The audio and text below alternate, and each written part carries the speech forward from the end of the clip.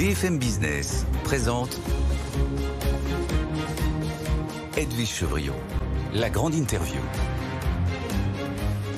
Bonsoir à tous, bienvenue dans cette grande interview. Évidemment, on va revenir sur cette grande manifestation. Est-ce que c'est une manifestation historique? Et j'ai envie de dire, qu'est-ce qui va se passer après? Quelles conséquences sur l'économie française? On en parle avec, allez, un petit clin d'œil, deux grandes gueules. François Ombril, président de la CFE-CGC. Bonsoir François Ombril. Bonsoir. Merci d'être avec nous. Puis face à vous, un chef d'entreprise qui est dans la restauration, patron du groupe Éclore, c'est Stéphane Manigol. Bonsoir Stéphane Manigol. Bonsoir Edwige, bonsoir François. Et bonsoir. puis vous êtes aussi, on va le rappeler, président de la branche restauration de l'UIMH en Ile-de-France. Président de région. Président de région Ile-de-France, voilà. Tout maintenant, pas que la restauration, l'hôtellerie, les discothèques, les bars. Eh ben, vous nous direz si justement l'économie est à genoux, l'économie est à l'arrêt, comme l'a souhaité en tous les cas le leader de la CGT, François Ombril. C'est une manifestation réussie, l'ampleur, vous avez vu les chiffres qui viennent de tomber. Alors, comme toujours, 700 000 selon la CGT, 81 000 selon la préfecture de police. Pour la CFE-CGC, il y a combien de personnes dans la rue, notamment à Paris? Il est probable qu'il faudra viser entre les deux.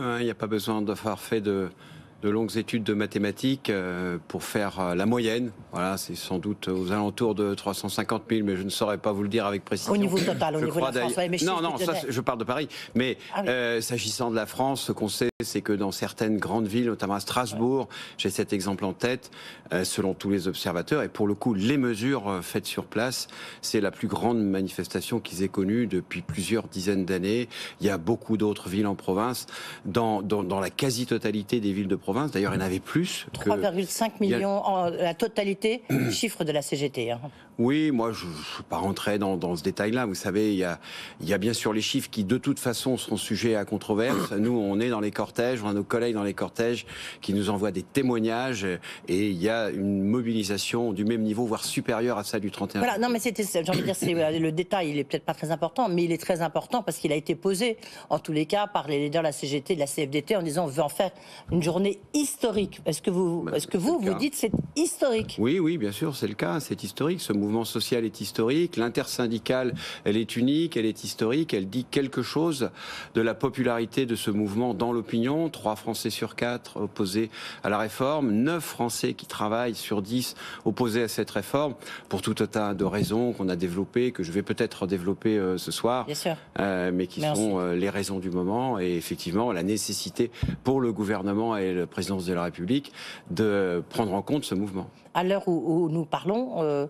l'intersyndicale se tient. Vous êtes avec nous. On vous remercie. Mais évidemment, la CFE-CGC participe à cette intersyndicale. Reconduction de la grève, a priori, samedi.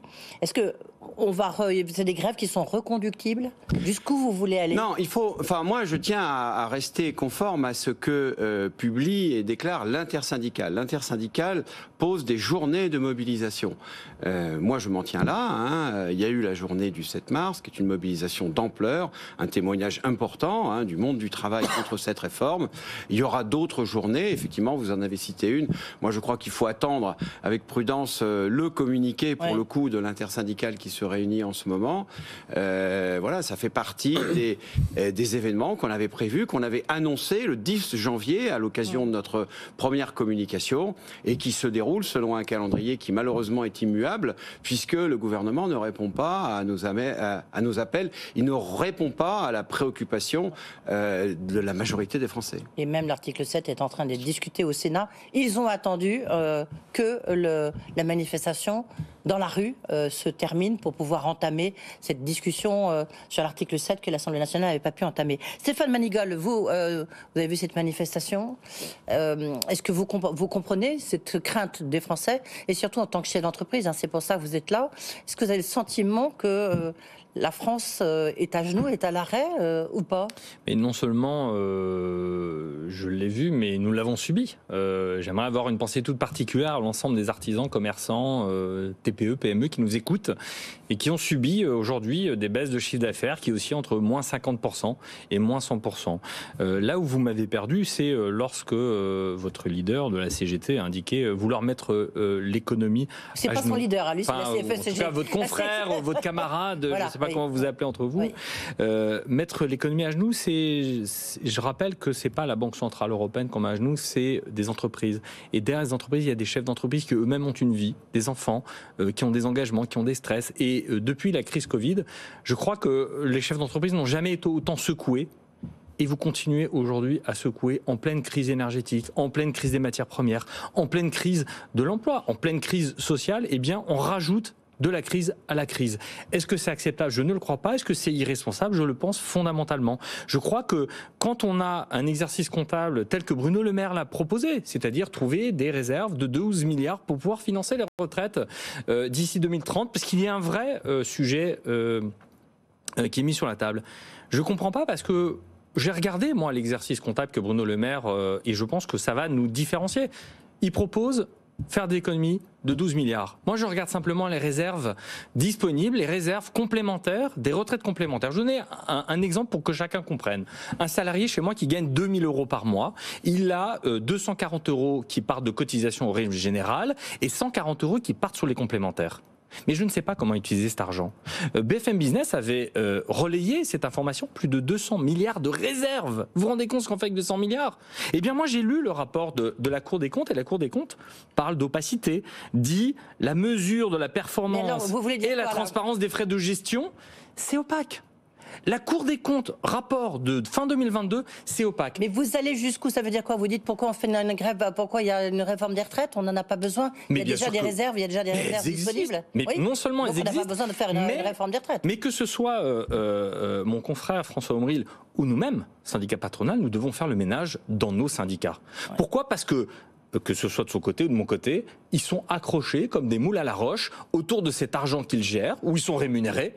Et puis, c'est au détriment de l'économie en général. Donc moi je dis ces 200 milliards, faisons comme les fonds de pension américains par exemple, qui sont propriétaires à hauteur de 30% par exemple de Total, puisque régulièrement vous tapez sur les super profits de Total Energy, 19 milliards cette année. Eh bien si cet argent était utilisé pour que nous on ait nos retraités français avec cette complémentaire dont la gestion est opaque, eh bien si on avait ces 30%, eh bien on se partagerait 6 milliards. Vous voyez, on a déjà fait en 2 minutes 50%, on a réglé 50% du problème. François Omril. Stéphane a dit beaucoup de choses. Alors, il dit n'importe quoi. J'ai vu que c'était sur le bord de votre langue. Non, mais il a dit beaucoup de choses très intéressantes. D'abord, je vais revenir sur le concept de l'économie à genoux. Moi, j'ai un souvenir assez précis d'un moment où en France, l'économie elle a été à genoux. C'est au mois de mars 2020, c'est le Covid.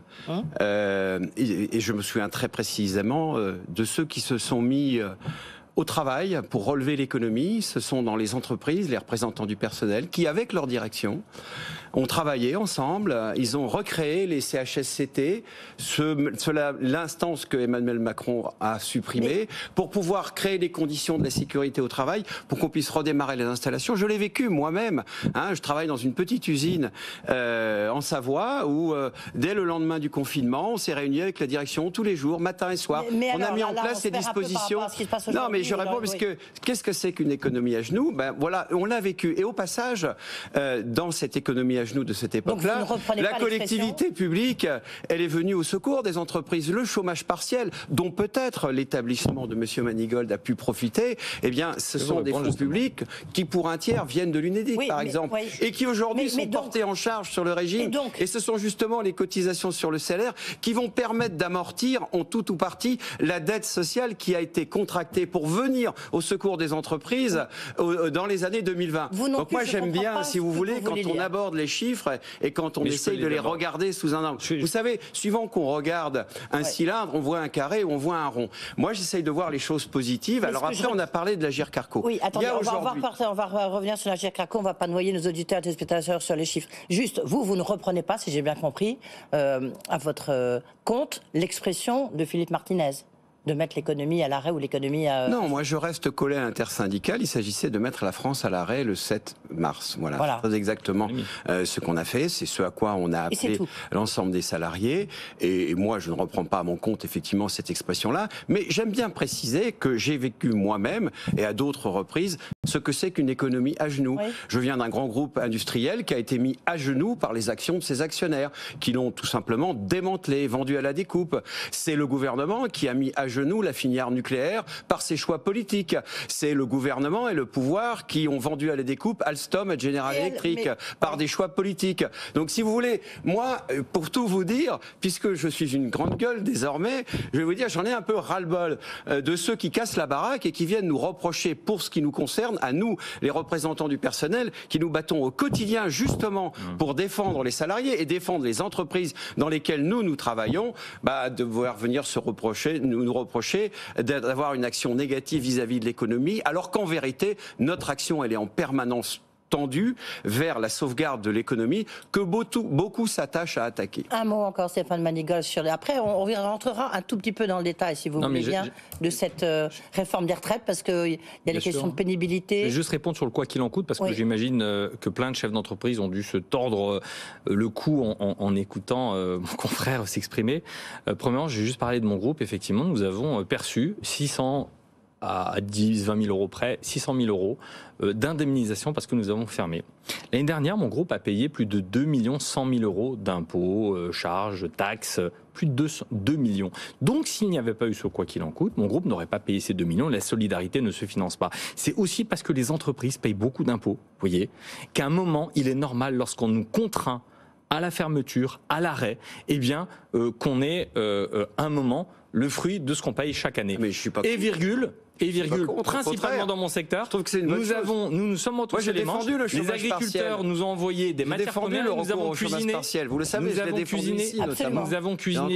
nous avons cuisiné matin, midi et soir pour nourrir ceux qui étaient au service de la santé. L'hôpital militaire de Perpignan, on faisait plus de 200 repas. Donc vous voyez, j'ai pas de problème là-dessus, je l'assume et je trouve que ça a été une bonne mesure du gouvernement. Eh ben oui, on est d'accord. Vous voyez, finalement, ce plateau est consensuel, c'est magnifique.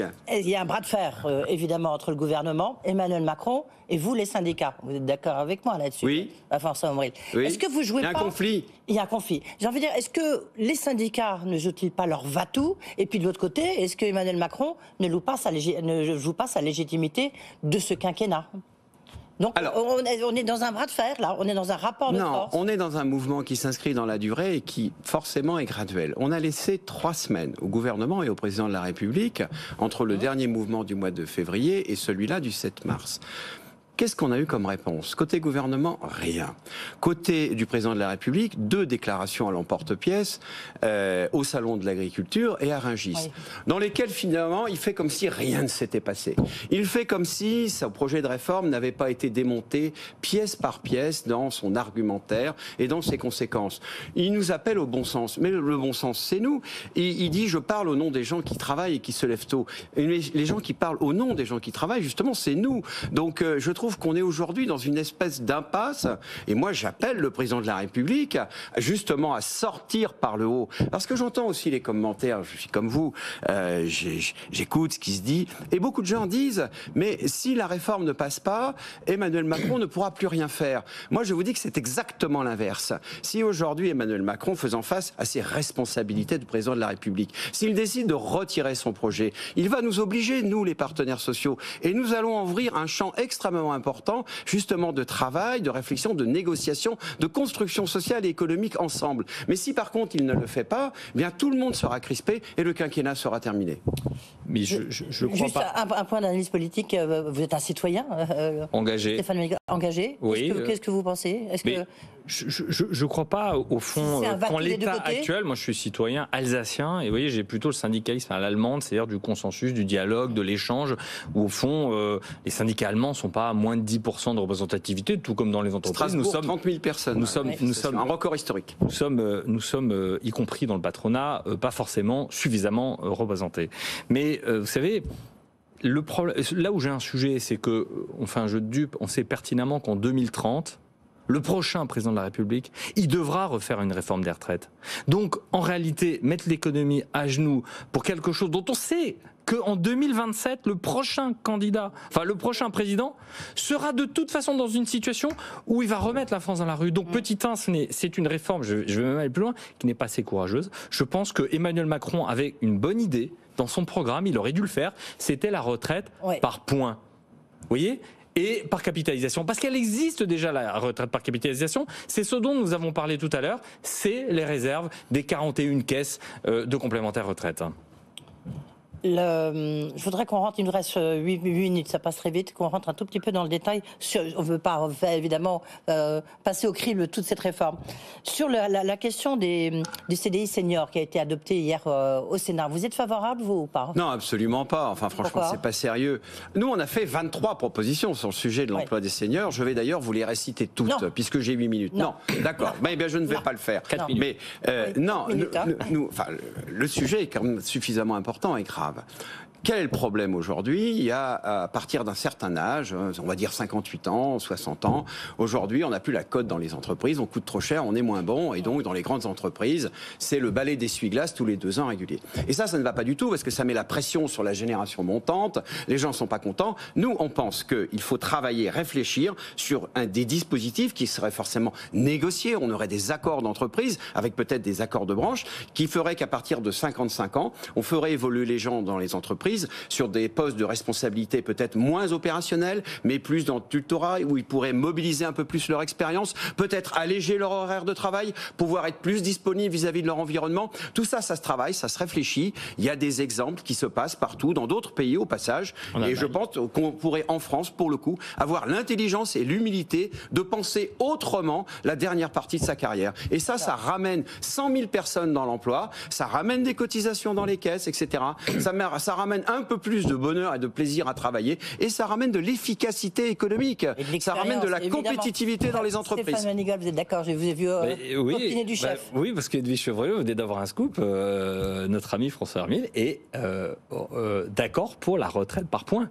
C'est-à-dire que par capitalisation, ce que vous dites là, c'est ni plus ni moins la retraite par points. C'est-à-dire que c'est un peu le modèle allemand. C'est-à-dire que quand vous êtes jeune, vous capitalisez des heures supplémentaires, des RTT, etc., des congés, 5 semaines de congés payés, vous décidez, puisque vous êtes jeune en forme et plein de vitalité, que vous mettez sur vos 5 semaines, 1 semaine de côté dans un compte épargne retraite, comme au RTT, etc. Et arrivé à l'âge de 55 ans, et là je partage parce que je suis favorable à ce système, eh bien vous décélérez dans votre carrière professionnelle, vous travaillez plus 35 heures mais peut-être 30 ou 25 parce que vous avez cotisé au moment où vous étiez en pleine forme, vous avez mis suffisamment de côté pour commencer à décélérer. Et c'est vrai que le système actuel qui conduit à 63, 64, 65 ans, dire à quelqu'un vous décélérez brutalement comme ça du jour au lendemain, c'est violent également pour le corps. Le CDI senior tel qu'il est, donc avec exonération des cotisations, vous êtes favorable ou pas en tant que chef d'entreprise? Moi, c'est le CPE à l'envers, c'est ridicule. Oui, mais en tant que chef d'entreprise, ça n'a pas de sens. J'ai jamais compris le sujet.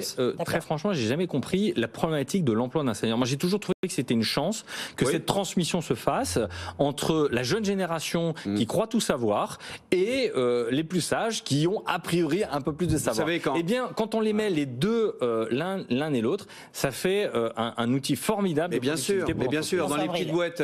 J'ai cité François Asselin, que vous interviewez souvent, il le dit, et il a raison, dans une petite boîte, quand le contremaître de 62 ans part en retraite, c'est un peu une catastrophe pour la boîte, parce qu'effectivement, il emporte avec lui toute son expérience, toute cette capacité, cette sensibilité qu'il a vis-à-vis des opérations. Mais le problème, dans les très grandes sociétés, c'est que à côté de la colonne du coût salarial, on ne met pas la colonne valeur de la personne. Et ça, c'est une catastrophe dans notre pays. Oui, mais vous savez, il faut comprendre que quelqu'un, dans son travail, il apporte une valeur, justement, et que ça n'est pas seulement que le coût. Et on connaît tous ces exemples de boîtes qui ont fait des plans de 200, de 500, de 1000 salariés et qui se sont réveillés un beau matin, ils avaient perdu la clé du champ de tir. Moi, je viens de l'industrie, je peux vous dire que ça, c'est le quotidien des entreprises dans lesquelles on a fait des grands lessivages. On se réveille le matin, plus personne ne sait travailler. Ah, et pourquoi? Eh bien, parce que ceux, justement, qui étaient les garants de l'expertise des différents procédés, eh bien, on les a envoyés à la maison. Et aujourd'hui, on ne sait plus faire. Il y a un sujet, alors c'est peut-être moins pour la CFE-CGC, mais peut-être plus pour vous, Stéphane Manigal. Les sénateurs, ils ont parlé de bombes sociales, de bombes à retardement sur tout ce qui concerne les retraites des micro-entrepreneurs et des indépendants. En disant, en fait, les micro-entrepreneurs qui sont utilisés de plus en plus par les entreprises, du reste, ils auront des retraites absolument ridicules. Ils sont utilisés, mot à double sens. Oui, alors, je tiens à préciser vous partagez ces inquiétudes? Oui, non seulement je les partage, mais je n'ai jamais cautionné les auto-entrepreneurs, par exemple, dans notre secteur. J'ai toujours considéré que c'était une espèce de travailleur déguisé, que de temps en temps on ait besoin d'un extra, je l'entends, mais je trouve que ce système, il faut le remettre totalement à plat. Et moi, je suis absolument pas favorable. Au passage, Bruno Le Maire communique souvent sur les créations d'entreprises, sans préciser que dans le chiffre qui soi-disant explose, oui, mais ça aussi la majorité, c'est des auto-entrepreneurs. Oui, mais ça sert. Je suis d'accord. Il y a ceux qui en font leur activité pleine, mais dans tout système, il y a du bon. Le problème est de doser. Ça aussi permis à des salariés le week-end quand ils travaillent de pouvoir émettre des factures. C'est quand même de la précarité. Moi, je vais vous dire. Mais d'ailleurs, les URSSAF. Moi, j'ai beaucoup de respect. Moi, je suis le représentant de la CFE-CGC, les techniciens, les agents de maîtrise et les cadres, des gens qui s'engagent, qui prennent des responsabilités. Et j'ai un immense respect pour les chefs d'entreprise, des petites entreprises, qui ont finalement des responsabilités de cadre et qui en plus assument beaucoup de risques autour de ça. Et je trouve qu'on leur fait peu de cas dans nos dispositifs jamais devant les grandes entreprises. Vous pénalisez toujours les toutes petites entreprises. Nos combats sont justes et il est bon qu'on les mène. Effectivement, ça a des conséquences. Mais moi, je vais vous dire, il y a beaucoup de gens dans les petites entreprises, et y compris aux provinces, qui sont dans les manifestations. Moi, j'en connais et vous en connaissez probablement. Parce que ce combat, il est global. Il est contre une idéologie qui finalement veut ponctionner sur le travail des masses financières pour les remettre au dispositif de politique publique dont on a vu que dans une grande mesure, c'était un échec. Les lésés restent aujourd'hui les indépendants. Écoutez, mais je suis d'accord. Les petits chefs d'entreprise. Il faut qu'il arrive à finir sa phrase. Les petits chefs d'entreprise qui nous écoutent, qui aujourd'hui sont quand même les lésés, parce que quand l'entreprise va pas bien, quand il y a des manifestations et que le résultat n'est pas là, eh bien celui qui ne se paye pas, c'est le chef d'entreprise. Il paye ses salariés, mais lui ne se paye pas. Je rappelle que quand même dans mon secteur, dans la restauration, les salaires aussi, pour un chef d'entreprise, dans mon secteur, entre 1 500 € brut et 7 000 € pour les mieux payés. Moi, j'ai pas de problème à le dire, je gagne 3 fois le SMIC, un peu plus de 3 fois le SMIC. Donc, vous voyez, j'ai pas de sujet là-dessus. Mais il faut pas oublier que tous les petites entreprises que vous pénalisez à chaque fois que vous allez dans la rue, c'est pas l'État que vous pénalisez, c'est bien les petits artisans. Je peux répondre là-dessus ? Oui. On pénalise les entreprises, les petites, je suis d'accord et j'en suis désolé. Mais c'est pas un jour de manifestation qui va pénaliser vraiment les petites entreprises. Ce qui les pénalise, c'est la chaîne de valeur comprimée qui fait que plus on est une petite entreprise, plus le taux de marge est faible. Parce que la compression de la chaîne de valeur, vous savez très bien comment ça fonctionne. Et on a les chiffres de la Banque de France qui nous le disent.